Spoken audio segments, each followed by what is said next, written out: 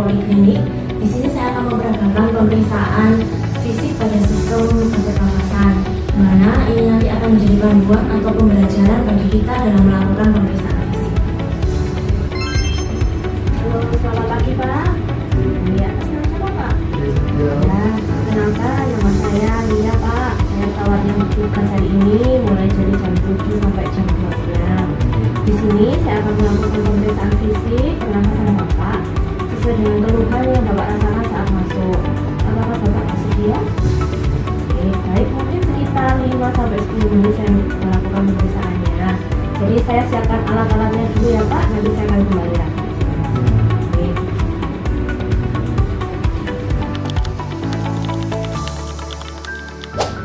Baik, jadi untuk alat-alat yang disiapkan yaitu adalah handphone, kemudian stetoskop, spidol atau marker, kemudian alat tulis untuk catatan, oximetri, dan pembaris.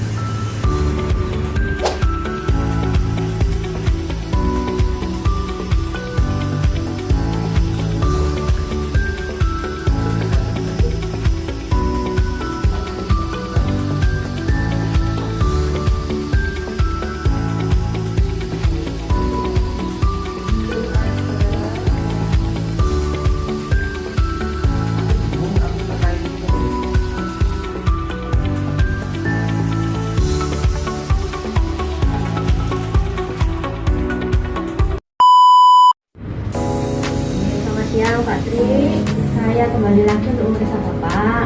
Jadi saya tanya dulu untuk keluhannya Bapak saat ini apa yang dirasakan? Sesak. Mulai kapan Pak? Mulai pagi. Tadi pagi. Nyungsrol. Terus ada batuknya? Batuknya berdarah? Bisa dikeluarkan? Oh, tapi kadang bisa dikeluarkan. Nah, warnanya apa? Sebelumnya pernah sakit seperti ini juga? Tidak pernah. Waktu sesak Bapak juga istirahat atau minum obat? Tidak minum obat. Langsung dibawa ke UGD. Biasanya Bapak apa? Di rumah minum alkohol atau merokok? Merokok iya. Merokok. Satu hari habis berapa Pak? Nggak tentu itu habis makan. Jadi nanti dikurangi ya Pak. Oke. Jadi nanti di sini saya akan melakukan pemeriksaan fisik pada Bapak. Jadi meliputi nanti Bapak akan buka bajunya, akan diraba, akan dilihat, ditekan juga, dan akan didengarkan suara paru-paru. Gitu ya Pak. Jadi saya akan periksa Bapak. Yang dulu saya akan lihat. Saya buka dulu bajunya. Lihat untuk daerah wajahnya, apakah pasien tampak sesak, apakah ada sianosis di daerah bibir, apakah ada curi hidung, kemudian apakah ada pulse breathing, kemudian apakah ada deformitas pada saluran nafas yang berarti ada sumbatan atau perdarahan. Kemudian kita pindah ke area leher. Apakah ada distensi vena jugularis, itu yang menandakan biasanya penyebab masalah paru seperti hipertensi paru atau emboli paru. Kemudian adakah deviasi trakea? Jika positif, curiga tension pneumotoraks atau massa di mediastinum, kemungkinan juga fibrosis paru. Kemudian apakah ada tarikan pergerakan otot bantu nafas atau sternocleidomastoides, dan kemudian lihat apakah pasien terpasang tracheostomi atau tidak. Kemudian kita pindah di area dada. Perhatikan daerah dada, adakah sianosis atau tidak. Kemudian permukaan dinding dada simetris atau tidak. Apakah warna permukaan kulit sama dengan sekitarnya, adakah jejas, atau apakah terdapat scar atau deformitas. Jika terdapat central scar, itu petanda riwayat adanya sternotomi atau torakotomi. Jika ada clavicular scar, kemungkinan riwayat ada pemasangan pacemaker. Jika terdapat skarmit aksila, itu kemungkinan pasien terpasang WSD atau chest tube. Kemudian lihat bentuk dada, cembung, barrel chest, pigeon chest, atau funnel chest. Kemudian lihat pergerakan dada atau upaya nafas pasien.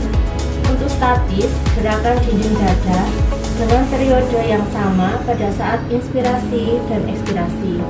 Kemudian dinamis, gerakan torak kanan kiri seirama atau ditemukan gerakan abnormal seperti tachypnea, bradypnea, atau flare chest. Kemudian lihat pola nafas pasien, irregular atau reguler. Kemudian cek RR pasien dan cek saturasi pasien.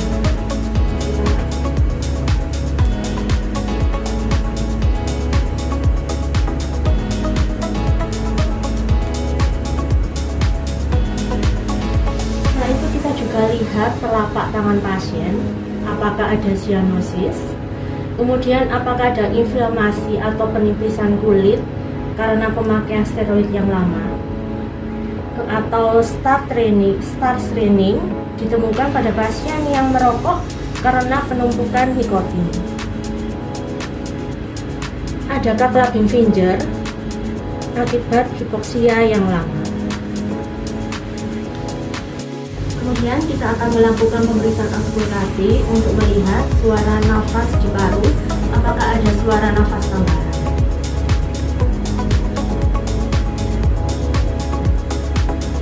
Kemudian kita lakukan auskultasi pada seluruh lapang paru secara zigzag dengan area lobus paru, serta lakukan perbandingan suara lapang paru kanan dan lapang paru kiri. Kemudian meminta pasien untuk bernafas secara perlahan dari dalam dengan mulut sedikit menutup.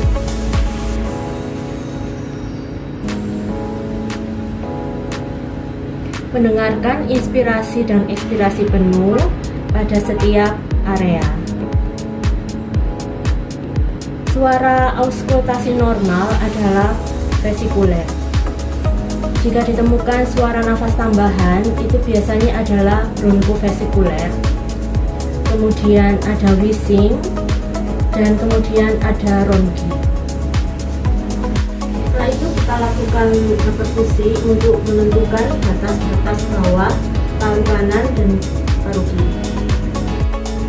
Kemudian kita lakukan perkusi untuk peranjakan paru untuk menentukan batas paru bawah saat ekspirasi dan inspirasi pada ICS mid clavicula dextra. Sampai terdengar suara dari perpindahan sonor ke redup, kemudian ditandai.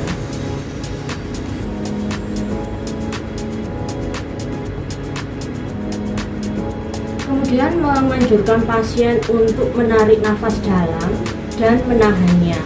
Kemudian lakukan perkusi dari redup sampai terdengar sonor.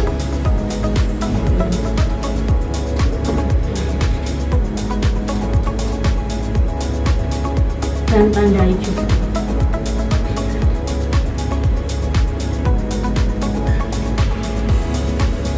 Kemudian ukur.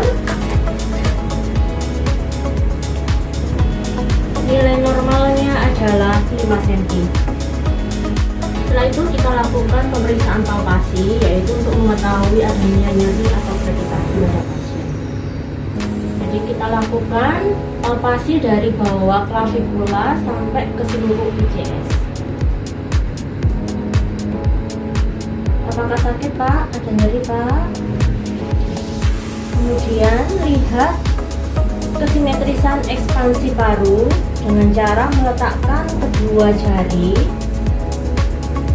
pada area episgastrium dan tangan-tangan lainnya di ICS 10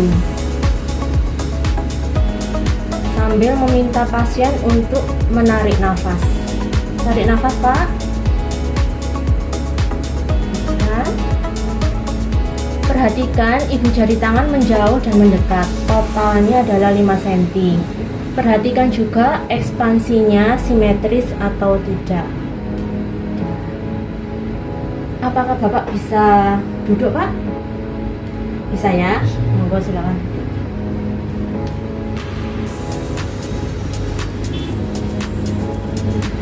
Ya.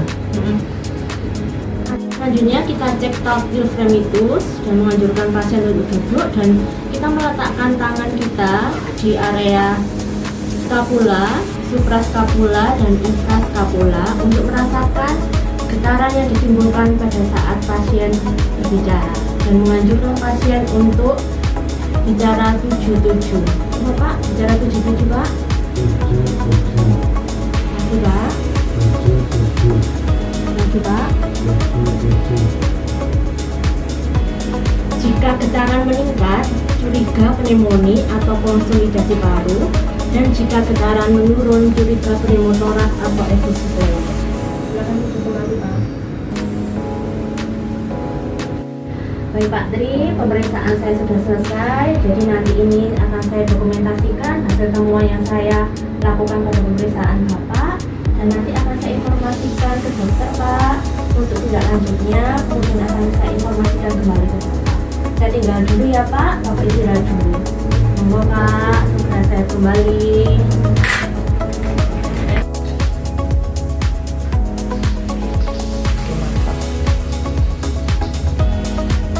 Demikian peragaan pemeriksaan fisik sistem pernapasan. Semoga bermanfaat buat kita semua. Terima kasih.